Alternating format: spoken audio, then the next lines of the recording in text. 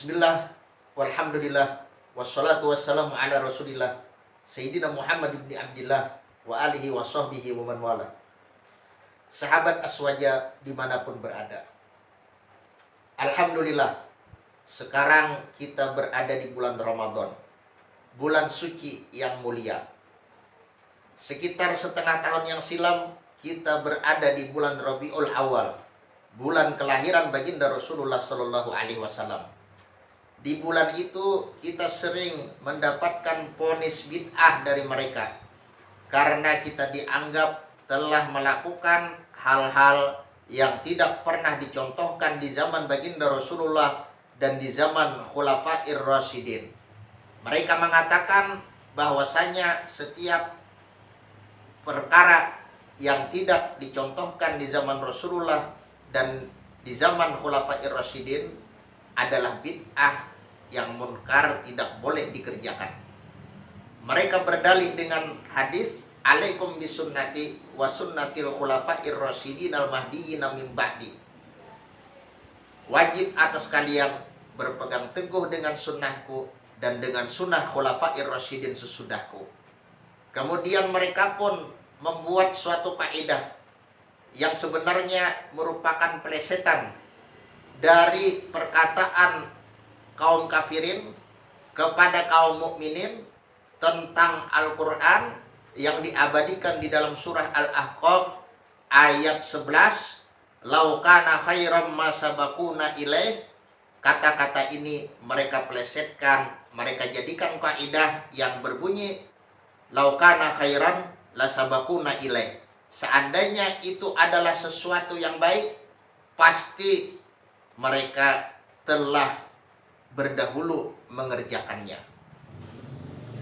Padahal kalau kita telusuri secara mendalam, kalau kita cermati dengan seksama, maka kita akan mendapati di bulan Ramadan ini, khususnya di malam-malam terakhir, mereka juga mengerjakan perkara-perkara yang tidak pernah dicontohkan di zaman baginda Rasulullah Sallallahu Alaihi Wasallam dan di zaman Khulafair Rasyidin. Misalnya, yang pertama, pembacaan doa khatam yang panjang itu, yang bermenit-menit itu. اللهم لك الحمد على نعمك العظيمة وآلائك الجسيمة لك الحمد على ما هديتنا للإسلام وعلمتنا الحكمة والقرآن ولك الحمد على ما يسرت من صيام شهر رمضان وقيامه وتلاوة كتابك العزيز. Coba tanyakan kepada mereka, mana riwayat yang sahih yang memuat doa yang panjang itu, yang bermenit-menit itu. Kemudian yang kedua, doa khotam itu dibaca di dalam sholat tarawih dan di dalam sholat qiyam. Min syarril waswasil khannas alladhi yuwaswisu fi sudurin nas minal jinnati wan nas. Allahumma lakal hamdu anta qulta wa qawlukal haqqul mubin. Itu pun perlu dipertanyakan kepada mereka, mana riwayat yang sahih yang menyatakan bahwasanya orang-orang di zaman Rasulullah dan di zaman Khulafair Rasyidin mengerjakan seperti yang mereka kerjakan itu. Yang ketiga, khotaman tersebut kerap kali dilaksanakan pada malam 29 Ramadan, tahun demi tahun. Artinya mereka melakukan pengkhususan malam 29 Ramadan untuk melakukan khotaman. اللهم لك الحمد على نعمك العظيمة وآلائك الجسيمة لك الحمد على ما هديتنا للإسلام وعلمتنا الحكمة والقرآن. Maka kita perlu bertanya kepada mereka, mana riwayat yang sahih yang mengkhususkan malam 29 Ramadan untuk khataman Al-Quran. Kemudian yang keempat, memanggil orang-orang untuk kembali ke masjid sesudah mereka pulang dalam rangka melaksanakan sholat qiyamul lail dengan seruan sholatul qiyami asabakumullah. Ila salatul qiyam.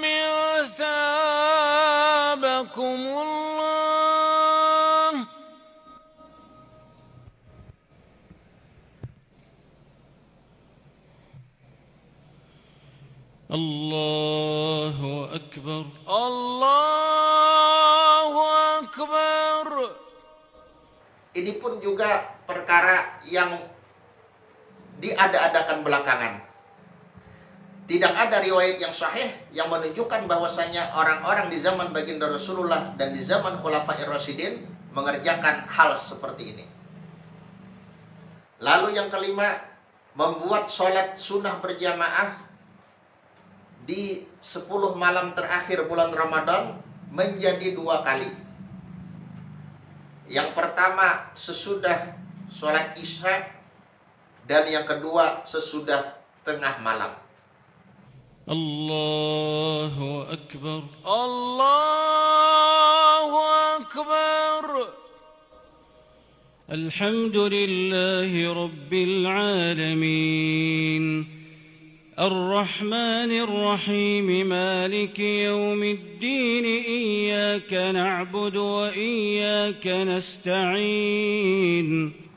Ini juga perkara yang tidak pernah ditemukan riwayat yang sahih yang menyatakan bahwasanya orang-orang di zaman baginda Rasulullah dan di zaman Khulafair Rasyidin telah melakukannya. Yang terjadi di zaman Sayyidina Umar bin Khattab radhiyallahu an, bahwasanya mereka melaksanakan sholat sunnah tarawih sesudah sholat isya saja. Tidak ada sholat sunnah gelombang kedua, yaitu sesudah tengah malam secara berjamaah. Kemudian yang keenam, mereka mengkhususkan sholat qiyamul lail dengan bilangan rakaat tertentu, yaitu 13 rakaat. Padahal tidak pernah dijumpai riwayat yang mengkhususkan sholat qiyamul lail dikerjakan dengan 13 rakaat secara berjamaah di masjid-masjid. Ini hanyalah sekelumit dari perkara-perkara yang tidak pernah dicontohkan di zaman baginda Rasulullah dan di zaman Khulafair Rasyidin, tapi justru mereka getol mengerjakannya. Bukan cuma getol mengerjakannya, bahkan mereka pun menyiarkannya secara live di TV nasional mereka, sehingga bisa dilihat oleh jutaan atau bahkan ratusan juta kaum muslimin yang berada di seluruh dunia.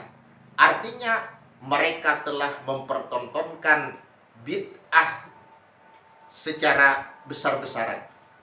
Mereka telah mempertontonkan pelanggaran mereka terhadap kaidah yang mereka rumuskan sendiri, laukana khairan lasabakuna ilaih.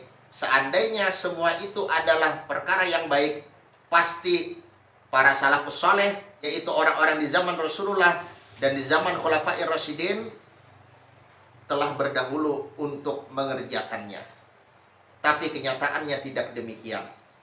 Sahabat Aswaja dimanapun berada, berhubung kita sudah mendekati Hari Raya Idul Fitri tahun 1442 Hijriah, maka perkenankanlah kami untuk mengucapkan Idul Mubarak, taqabbalallahu minna wa minkum, ja'alanallahu wa iyyakum minal aidina wal faizin.